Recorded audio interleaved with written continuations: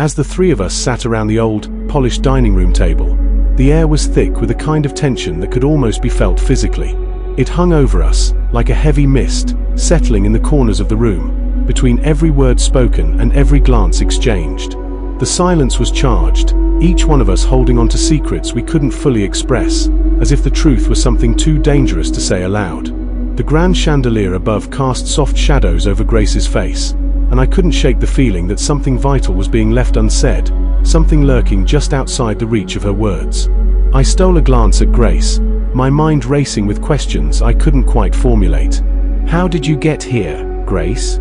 The barrier between my voice trailed off, but I didn't need to finish the question. She knew exactly what I was asking. Before I could finish, she interrupted me, her fingers absent-mindedly twisting through the strands of her hair, her gaze distant as though she were recounting something far more trivial. "Some boy said the magic words, and I learned it. It's so funny because I actually thought it was a myth." Her laughter rang out, sweet yet somehow eerie, the sound sending an unsettling ripple through the stillness of the room.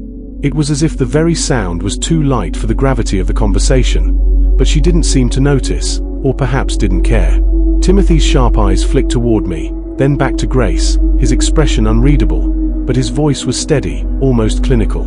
"You're not human," he stated flatly, cutting through the air with a simplicity that belied the complexity of the situation.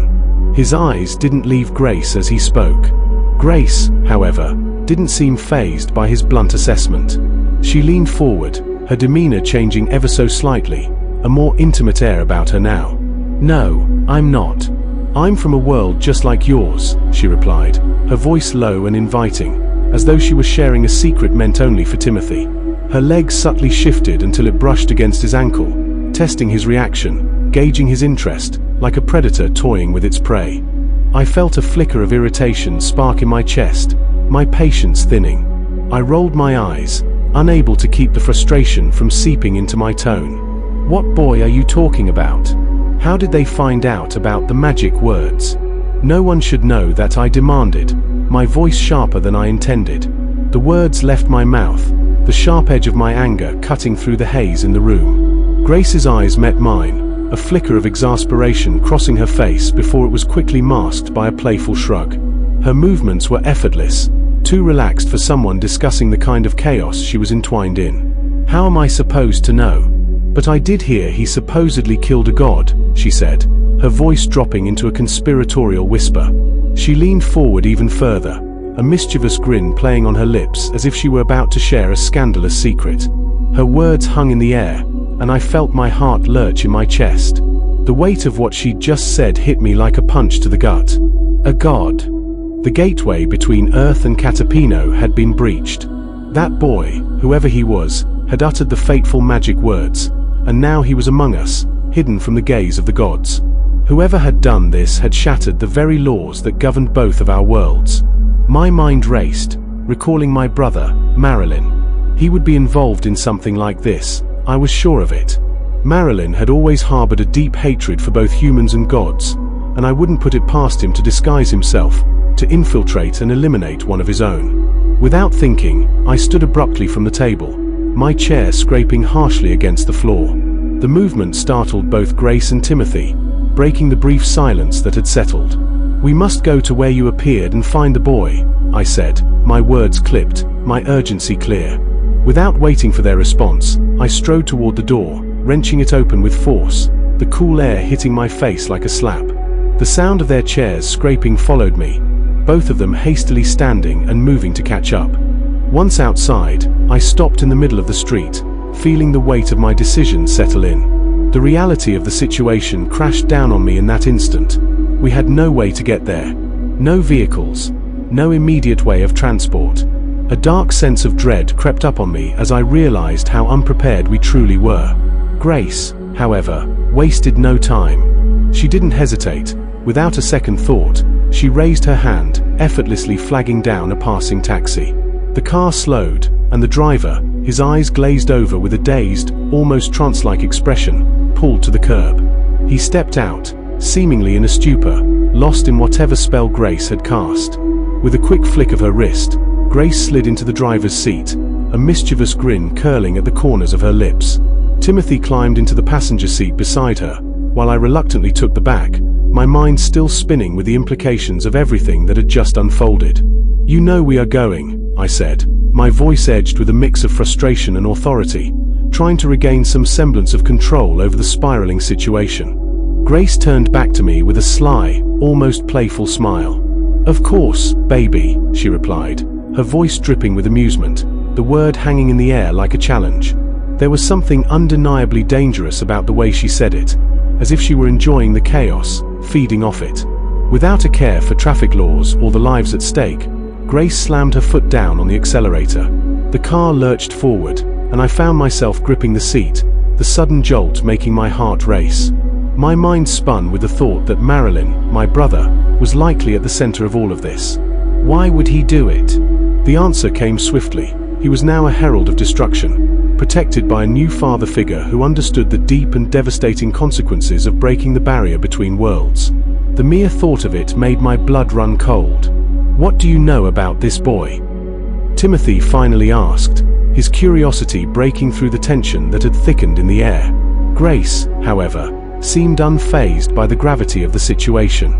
Instead, she casually turned up the radio, the music blasting into the car as she began to sway in her seat, dancing along with the beat. Her carefree attitude felt like a stark contrast to the dark storm that was quickly closing in on us. I couldn't help but feel the weight of the moment pressing down on me as we sped down the street. My thoughts were a jumbled mess, like a puzzle that had been torn apart and scattered into chaos. Grace and Timothy, on the other hand, were lost in their own little world, blissfully unaware of the magnitude of what we were about to face. Their laughter filled the car, a stark reminder of the innocence and mirth that still lingered in them, while I felt the suffocating weight of the world bearing down on my shoulders.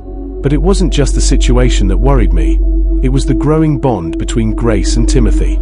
There was something crackling between them, an energy I couldn't quite pinpoint. I could feel it, deep within me, a connection that could lead to something far more dangerous than either of them realized. Grace was just as dangerous as her mother, and Timothy. He was blind to it. I could see it in his eyes, the way he was drawn to her, captivated by something dark and alluring. Something poisonous. That bond needed to be severed before it was too late. Before it led to ruin. I couldn't let that happen. Grace needed to return to her world, locked away from the influence she was already beginning to have on him. As we stopped in the middle of the woods, the sound of the engine hummed softly in the background, the radio crackling with static. Grace, ever the observant one, reached over and turned the volume down with a casual flick of her fingers, as though nothing were amiss. Her expression was almost too calm, too nonchalant for the situation we found ourselves in. It didn't sit right with me. It felt wrong, like she was hiding something. But I couldn't put my finger on it. Something was about to break, and I wasn't sure if we'd be ready for it. "Oh yeah, I think he's the fourth son of Anu," Grace said with a smile, as if discussing something trivial, her voice light and carefree. It was as if the weight of her words hadn't fully landed on her, but I felt every ounce of it. I froze, caught off guard by the casualness of her tone. My body went stiff, and I turned toward her, my eyes wide with disbelief. But she didn't seem to notice the shock in my expression. She just kept staring out the window, her face lost in thought, as though she were waiting for something, waiting for a sign, or perhaps for me to catch up with what she had just dropped into the conversation like it was nothing. My heart skipped a beat as my mind raced to process her words. The fourth son of Anu? My breath caught in my chest, the implications crashing into me all at once. I smacked my hand to my forehead in disbelief, the thought of the situation beginning to sink in. "Why didn't you say that earlier?" I almost shouted, the shock and frustration mixing in my voice. I couldn't believe it. The fourth son of Anu. It was a name I knew all too well. But why hadn't she warned me sooner? I needed answers. Grace turned her gaze toward me, but the playful spark in her eyes had vanished. Instead, her expression shifted to something softer, more fragile. It was a look that could melt anyone's resolve, one that made her seem so much younger than she really was, as if the weight of her words had suddenly become too much for her to bear. Her lips curled downward, her eyes becoming glassy, and for a moment, I almost thought I saw a glimmer of vulnerability that made me reconsider my anger. "Because if you send that kid back, he will die. He's only 16, she said, her voice quiet, almost a whisper, but the weight of it hung heavy in the air. There was a tone in her voice that made it clear this wasn't just some minor detail.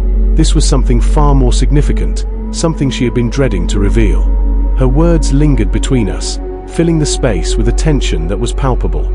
I turned toward Timothy, sitting quietly in the back seat. His expression was unreadable, but I could feel the judgment in his gaze, the silent weight of the decision that now rested solely on my shoulders. He was waiting for me to make the call, to decide whether we would protect the boy or send him back to the inevitable doom that awaited him. I could feel the pressure of his eyes on me, a silent judgment from someone who knew the stakes just as well as I did. But I couldn't shake the thought, if this boy was truly the fourth son, the one destined to kill the king of Catapino, then he wasn't just a boy. He was a weapon. And if we didn't return him, if we didn't follow the prophecy, then the entire universe would pay the price. The realization hit me like a ton of bricks, and my mind began to swirl in a storm of conflicting thoughts. If we don't bring him back, the cost will be unimaginable. The air felt thick with uncertainty, and I felt the weight of the decision pressing down on me, squeezing the breath from my lungs. The consequences of sending him back, or of keeping him here, seemed equally dire, and I knew that either choice could bring devastation in its wake. My heart raced, and my thoughts tangled in the fear of making the wrong choice. In the end, silence enveloped the car as I sat there, paralyzed by the weight of the decision. But it only lasted for a moment. I couldn't stay in that limbo forever. Finally, I opened the car door, stepping out into the cold night air. I didn't look back at Grace or Timothy as I did, because I knew they were watching me, their eyes filled with unspoken words, their faces full of concern and unvoiced fear. They didn't need to say anything. I could feel their eyes pleading with me, begging me not to go, not to make the final decision that could lead us all into the unknown. But I had no choice. I was the god of man, the protector of civilization, and my duty was clear. I had to protect my people, not some boy from another world, no matter how dire the prophecy may be. The sound of gravel crunching beneath Grace and Timothy's footsteps brought me back to the moment, and I turned just in time to see him stepping out of the car. He looked at me, his brow furrowed, the concern in his eyes unmistakable. His gaze locked with mine, and I could see the silent question in his eyes.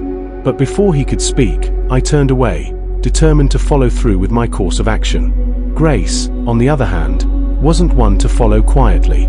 By the time I looked back again, she had already climbed onto the hood of the car, her arms crossed over her chest in a defiant pose. Her expression was unreadable, but there was a glint of determination in her eyes. She popped a lollipop into her mouth with a casual nonchalance that made me want to tear my hair out in frustration. "I'm not coming," she said, her voice firm, each word dripping with resolve. "I'm not going there just to see you kill that boy." I let out a heavy sigh, feeling my patience wear thin.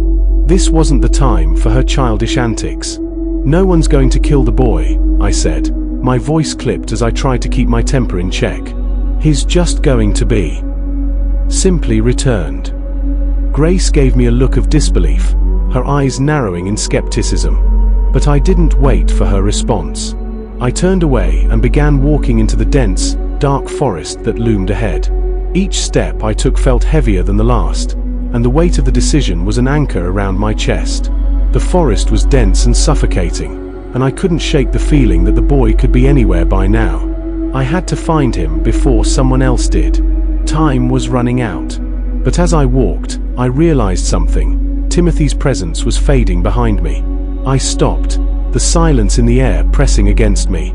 I could feel his eyes on my back, and a glance over my shoulder confirmed it. He was standing there, a few paces behind, his expression unreadable. There was something in the way he looked at me, a message hidden in his gaze that I couldn't bring myself to acknowledge. It wasn't the time. I turned forward again and continued walking, pushing through the twisting trees, my mind focused on the task at hand. From behind me, I heard the soft hum of voices. Timothy had jumped onto the hood of the car with Grace, his fingers trailing over the surface, grounding himself against the cold air. It felt as though time had slowed, everything around me moving in a languid motion. "You said the boy was the fourth son. Is he destined to do what he did?" Timothy asked, his voice laced with uncertainty, as if the gravity of the situation had finally begun to settle in. Grace glanced at him, her eyes softening for a moment as she answered. She took the lollipop from her mouth, rolling it thoughtfully between her fingers before speaking. Yeah. His father threw him into the sun, hoping he'd burn and die. But somehow, he didn't. Somehow, the sun protected him, kept him alive, taught him language, how to walk, and how to fight. Where I'm from, we've been waiting for the fall of his father. For him to come and destroy the chaos his father brought. She paused, her face darkening as her gaze fell to the ground. His father has destroyed so many lives. Killed so many innocent people. All for power, for land, for greed. When my Real parents told me about the fourth son, the one who would come and save us all, I thought it was the end of the suffering. I thought he would bring us hope. Her voice broke, and I watched as she wiped away tears that had started to fall, but they kept coming. And then swoop. She waved her hand through the air aimlessly, as if the memory itself was too painful to grasp. A soldier came, took my home, took my parents. When I cried out for them, all I heard was my own voice. And out of nowhere, a woman in black with fiery red hair pulled me close and whispered that everything would be okay. Her body trembled as she spoke those final words, her voice breaking with emotion. Timothy shifted uncomfortably beside her, looking down at his feet. His usual stoic demeanor faltered as he struggled with the rawness of the moment. "He's your savior," he said, the words quiet, almost uncertain. Grace's lips quivered as she managed a shaky breath, her face softening, a small smile tugging at the corner of her mouth. "Yeah," she whispered. "He's our Messiah." A brief, awkward silence followed, and then Grace, perhaps trying to lighten the mood, let out a small laugh. She leaned her head on Timothy's shoulder, the intimacy of the gesture surprising in its vulnerability. "You know, I thought you were going to be a lame little corny dude. But you're not that bad," she said, her voice light, almost teasing. Timothy chuckled, the sound soft and warm. "For these last couple of weeks, I've definitely been doing more than anything that could be called little or lame." He smiled at her, a momentary reprieve from the heavy weight of the situation. It was a brief, fleeting moment of humor, but in that brief instance, it reminded me of the fragile, fleeting nature of life itself, and the consequences that came with every decision. As my journey pressed on, I pushed through the dense underbrush, each footfall sinking into the soft, moss-laden ground. The trees around me stood like towering sentinels, their thick canopies filtering out most of the light, leaving the forest floor in a perpetual twilight. With every step, I felt myself being drawn deeper into the wilderness, the air thick with the scent of damp earth and the faint aroma of wildflowers. It was quiet, eerily so, save for the occasional rustle of leaves and the soft murmur of the wind through the trees. I scanned the surroundings, hoping for any sign, anything at all, that would guide me toward the boy. My eyes traced every movement in the foliage, every subtle disturbance in the dirt, but there was nothing. No broken branches, no prints, no signs of a struggle. Only the relentless stretch of trees and shadows that seemed to grow thicker the further I ventured. It was as if the forest itself had swallowed any trace of him, cloaking his presence in a veil of mystery. I paused for a moment, frustration creeping into my chest as I surveyed the empty stretch of trees around me. I closed my eyes, taking in a slow, deep breath. The silence pressed against my ears, almost oppressive, but I focused with everything I had. My senses stretched out like fingers, reaching for any hint of his presence, a subtle vibration in the air, a shift in the atmosphere. My mind sought him out with desperation, trying to connect with the primal instinct buried deep within me. A faint pulse, a faint hum, flickered in the depths of my awareness, tugging at the edges of my consciousness. At first, it was so subtle, I almost thought it was a trick of the mind, a whisper from the forest itself. But then the sensation grew, blossoming like a fire that had been smoldering in the dark. There was warmth, but it wasn't like the comforting heat of a flame. This warmth was different, cold yet searing all at once, a strange and unnatural combination that sent a shiver down my spine. I raised my hand instinctively, the hairs on the back of my neck standing on end. The sensation pulsed stronger now, calling to me like a magnetic force, a current I couldn't escape. It was so unnatural, so alien, like the very fabric of the forest had shifted to accommodate this presence. Opening my eyes, I felt a strange resolve settle within me. I knew this heat wasn't just a figment of my imagination. It was real, he was real, somewhere ahead. The sensation was like a beacon in the dark, pulling me forward, urging me to continue despite the creeping dread gnawing at my gut.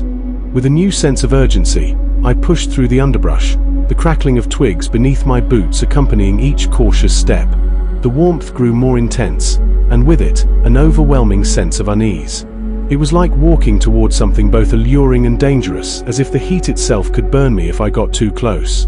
Yet, despite my reservations, I couldn't stop. The pull was too strong, too compelling. It was as though the very earth beneath my feet was guiding me, nudging me in the right direction. Then, as if to confirm my fears, I glimpsed it, a flicker of light, a soft green glow that shimmered through the trees.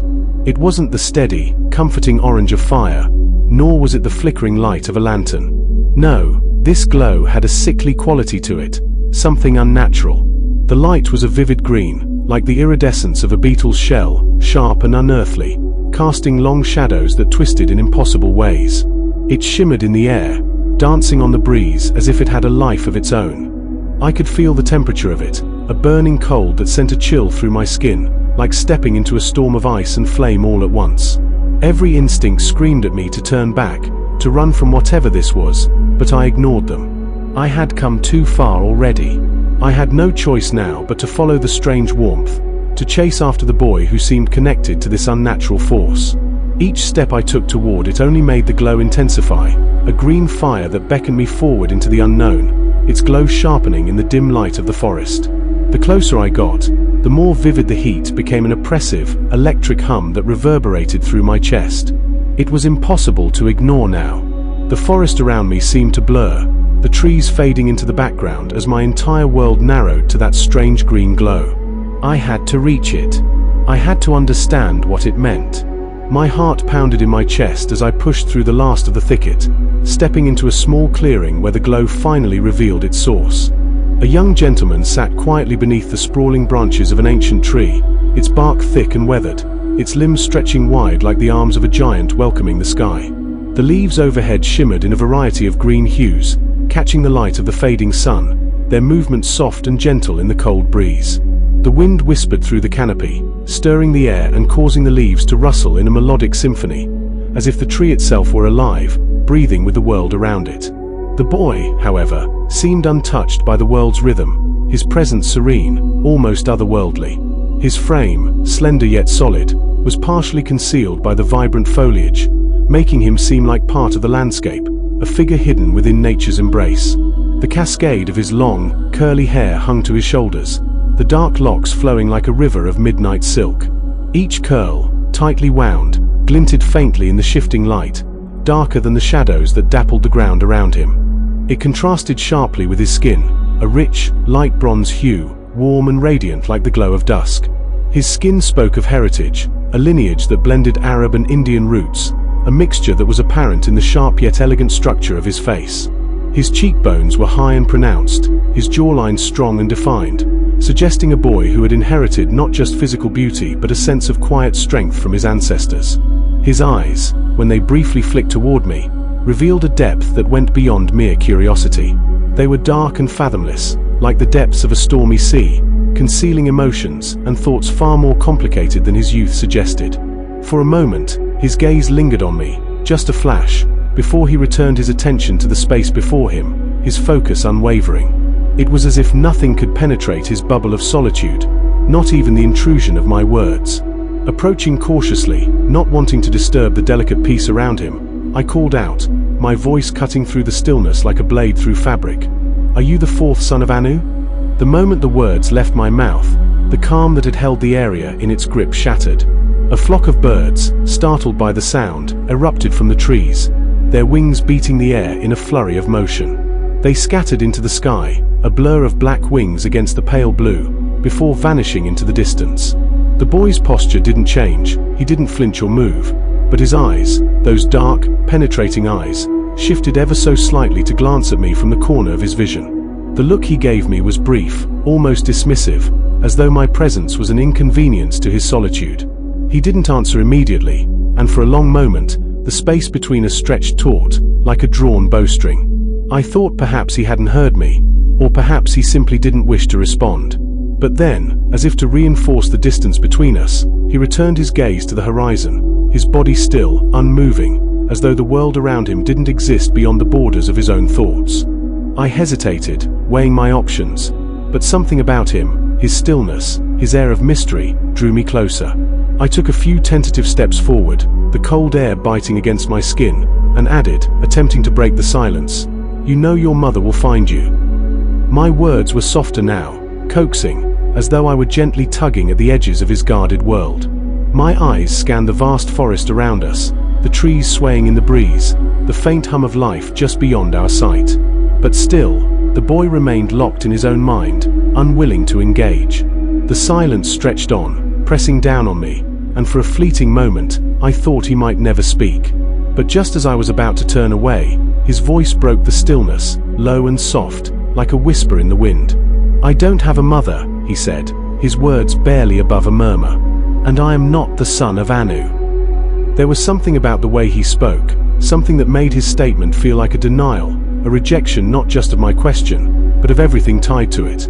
His voice held a note of defiance, of quiet strength, as though he had been forced to say these words many times before. They hung in the air between us, heavy with meaning, laden with layers I couldn't yet grasp. Intrigued by his words, I pressed on, my curiosity outweighing my caution. "Then what is your name?" I asked, leaning forward just slightly, as though that single question might unlock the mystery of who he was, of what he had come from, and where he was going. He turned his head slightly, enough for his gaze to meet mine, though it was still distant, guarded. His expression remained unreadable, but his eyes, those dark, swirling pools of mystery, held a flicker of something deeper. With barely a pause, he responded, "I'm Chris Blaze." The name hit me like a sudden gust of wind, sharp and unsettling. There was a weight to it, as though the name itself carried a story, a burden, something far more significant than just an identifier. The tone in his voice shifted, a touch of hostility now coloring his words, as if this name, this identity, was not something he had chosen lightly. It was as if the name itself was a shield, a weapon, something that had been forged through trials I could only begin to imagine. The hostility, the weight in his voice, made it clear that his life had not been one of simplicity or ease. A small, involuntary chuckle escaped my lips, the tension in the air breaking slightly. "Well, Chris Blaze, you can't just stay here forever," I said, my voice a little lighter now, trying to match the sudden change in the atmosphere. "You know that. So, what are you going to do?" For a long moment, the boy did not answer. He remained where he was, sitting low to the ground beneath the shelter of the tree, his eyes focused on something far beyond me, as if he were contemplating a question that went far beyond the one I had asked. His body remained poised, his shoulders tense, as though the simple act of moving or standing was a decision of grave importance. And then, with a slow, deliberate movement, he began to push himself up from the ground. His muscles strained as he lifted his upper body, balancing himself carefully, but he did not rise fully. His body seemed to hover between sitting and standing, each motion purposeful, controlled, as if he were choosing not just to move, but to rise in defiance of something larger, perhaps even the weight of his own destiny. "I'm gonna kill every clown that tries to kill me," he said, his voice steady, firm, and unwavering. His words were not a boast, they were a declaration, a promise to the world and to himself.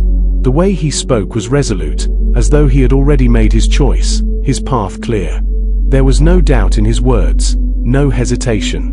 It was the kind of statement that could only come from someone who had faced death and come out the other side. He straightened fully now, rising to his full height, his posture straight and commanding. Each movement was deliberate, almost methodical, as if every inch of him was measured and prepared for whatever was to come next. And in that moment, I understood that this boy, this Chris Blaze, was different. He turned to face me, and I was taken aback by the intensity in his eyes, an unwavering blaze of determination that seemed almost otherworldly. In one hand, he slowly revealed a small object that shimmered in the soft light, casting intricate reflections across the surroundings. It was an elaborate mark, gentle yet profound, cradled delicately in his palm. As I leaned in closer, my heart thundered in my chest, each beat echoing with anticipation. The engraving wasn't just a scar or a tattoo, it was a birthmark of sorts, seamlessly woven into his flesh as though it had been part of him since time immemorial. The iridescent patterns radiated an intoxicating aura of power, a symbol of something divine, an undeniable connection to forces that stretched beyond the fragile boundaries of the omniverse itself. This mark spoke volumes of extraordinary abilities, woven intricately from the very fabric of creation, capabilities to manipulate the laws of physics, alter matter with a mere thought, harness spiritual energy, wield magic, and even invoke chaos. With this remarkable gift, he stood on the precipice of becoming the second most powerful being within the vast expanse of the omniverse, perhaps even eclipsing the infamous yellow deities who ruled with an iron grip. Compelled by an instinct stronger than reason, I reached for his hand, my fingers brushing against his skin as I gently closed his palm, shielding the mark from prying eyes. A maelstrom of thoughts flooded my mind, chaotic and overwhelming. The idea of sending this boy back to his origin was a terrifying prospect. There was no way I could stand by while someone so uniquely gifted, someone fated to reshape the very essence of reality, faced a grim fate. It felt as if the cosmos itself was urging me to protect him. His eyes locked onto mine with the weight of a million untold stories. "I'm only here to find Eden," he said, his voice softer now, tinged with an almost palpable vulnerability. "Celitus gave me the magic words to." His voice trailed off, and a shadow fell over his expression as he shifted his gaze downward, an abyss of darkness creeping into those once bright eyes.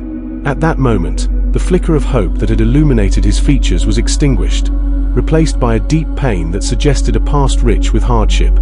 It was painfully evident that something terrible had transpired, something dreadful befalling the enigmatic figure of Celitus. "You found him," I said, my voice steady as I tried to weave reassurance through the thick air of uncertainty that surrounded us. For just a fleeting moment, his face illuminated, a smile breaking through the tension like sunlight after a storm, as he lifted his gaze once more to meet mine. In that singular gesture, a spark of hope was rekindled.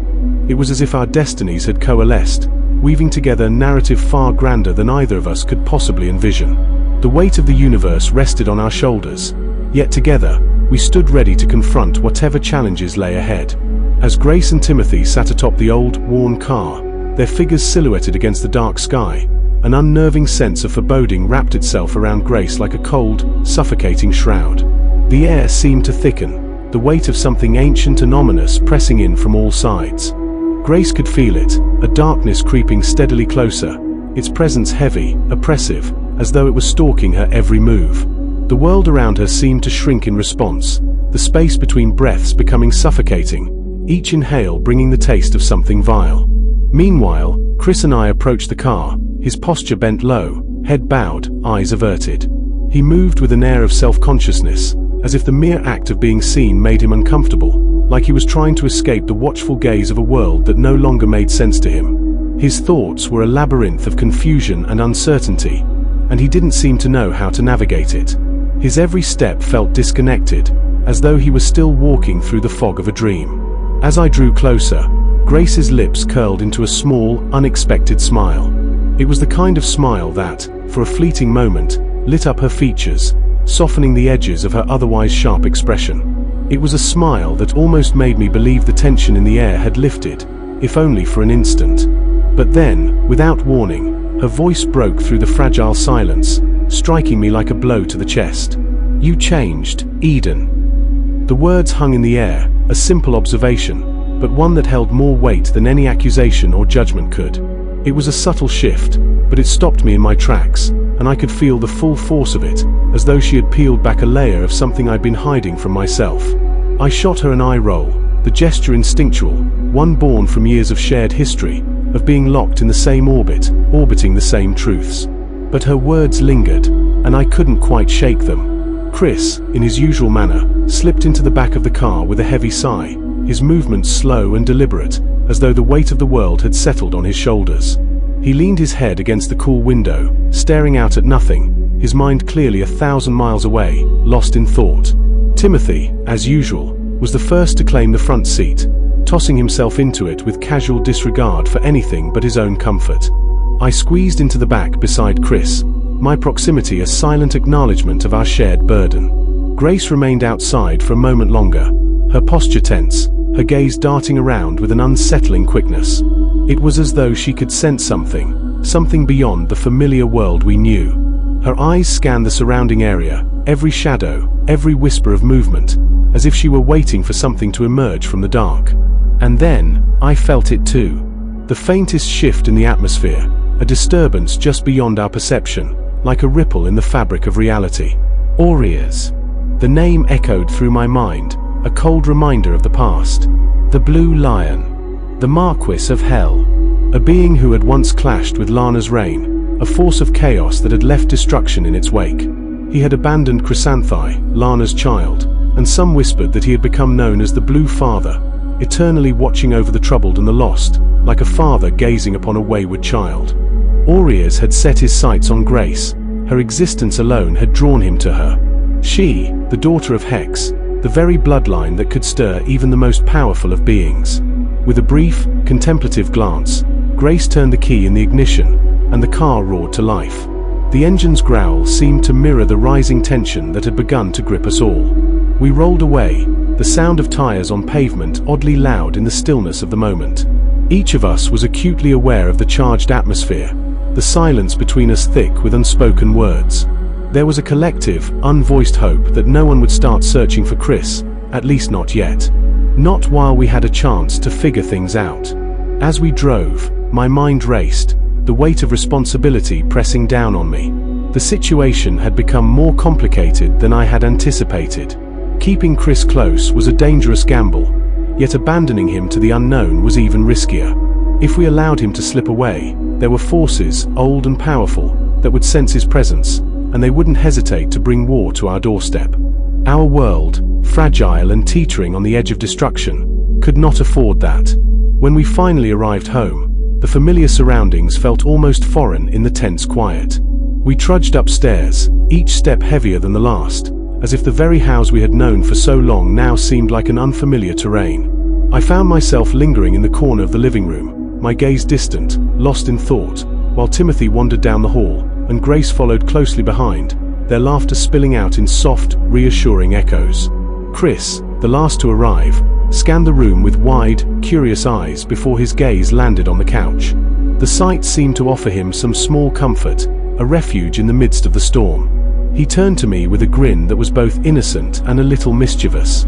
"I guess you're going to have to sleep on the couch," I said, my tone light but with a hint of affection. His grin widened, a flicker of childlike excitement flashing in his eyes. "I always wanted to sleep on one of these."